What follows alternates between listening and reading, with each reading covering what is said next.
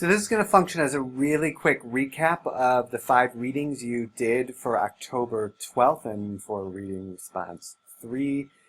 This is the Kukan and Palancer piece. This is Beck and McEwen, and as well as the National Reading Panel, the National Early Literacy Panel, and Presley and Ellington's response to those things. So what I want to do is I asked you guys to synthesize, and I'm going to synthesize what I heard you all do as well. So, what did I see everyone note is, and that is many of you noted across the reading reports and then the responses to them, this idea about this code breaking piece, right? This really focusing in on the actual written code, the script of a text, the phonological and phonemic pieces of how language works, right?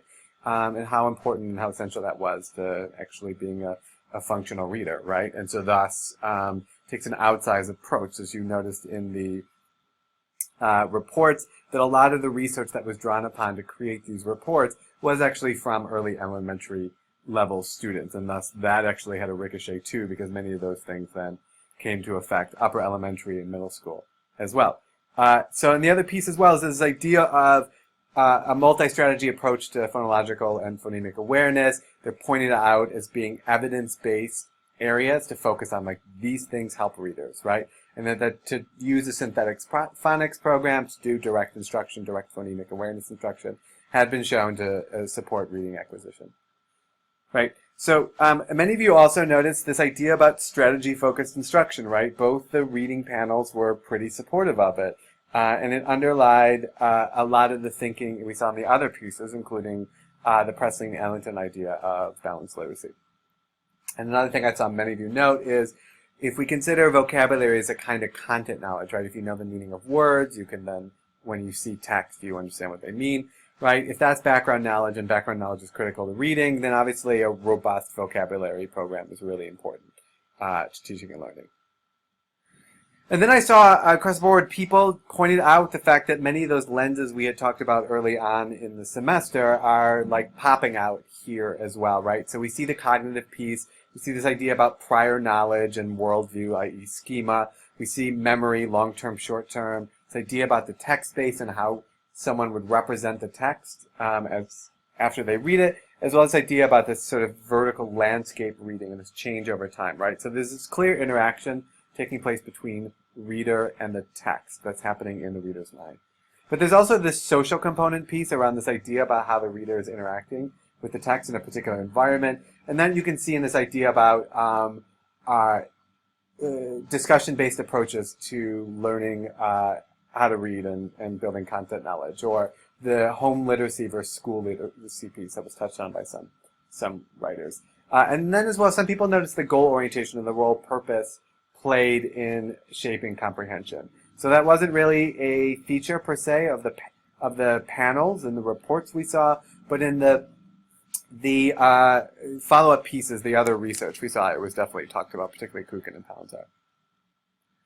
We do want to point out some of the differences that were noticed, right? This issue between meaning versus skills was brought up time and time again. It became an issue in the text as well. And I think one of the things that should raise questions is the Beck and McEwen piece, right? It's not a definitive study, but it does point out that the strategy instruction performed less effectively than the content-based. In fact, in some cases, what we would call the control, where the kids got 0, they got none of either the content or the strategies, those kids in certain ways outperform strategies as well. So some real interesting questions about really focusing in on some sort of generic cross-cutting approaches as opposed to specific context-based pieces.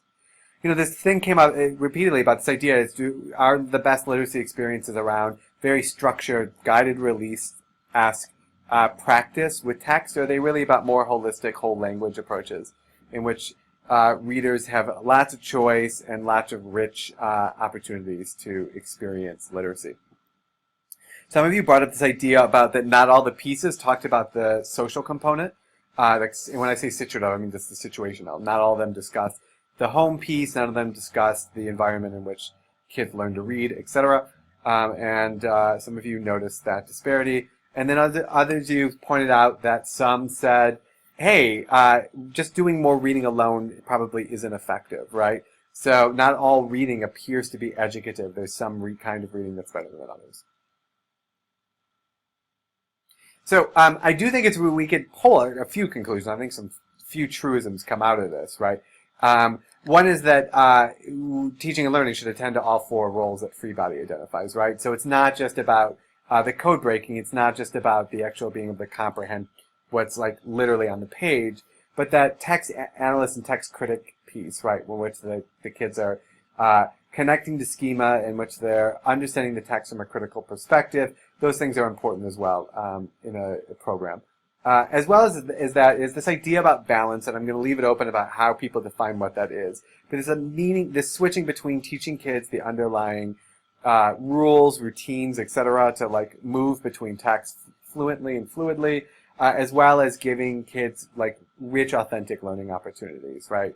Opportunities to make meaning, to dialogue with the text, to dialogue with one another. And I bring this up really in part because I really want you to see that that to be a text critic here as well, and that it's really easy to say, because we're so used to it, that of course strategy instruction is correct, or of course kids should have the content piece. But like this debate got constructed, right? It's based on what research we had, what the issues were at the time in the late 90s, early 2000s. So many things you're doing aren't necessarily because we know optimally that they're the best for children. It's because like at certain points in the time in research that these were the things that were like focused or prioritized. And so you can see that there's lots of different nuances to it. And many of you raised questions about, are we really capturing what this is really about? And I think that's the question I want to deal with down the road, is what's really actually taking place here. So finally, I just want you to pause, because this is one of your colleagues' response. I think this really accurately captures what the pieces are saying to one another, what's going on here, as well as the larger issue, and why you should have questions and should potentially have confusion about the process. So pause here, read through this. This should give you a sense, too, of what responses look like or should look like in this class. And I'm looking forward to talking on Thursday about what this all means for the work moving forward.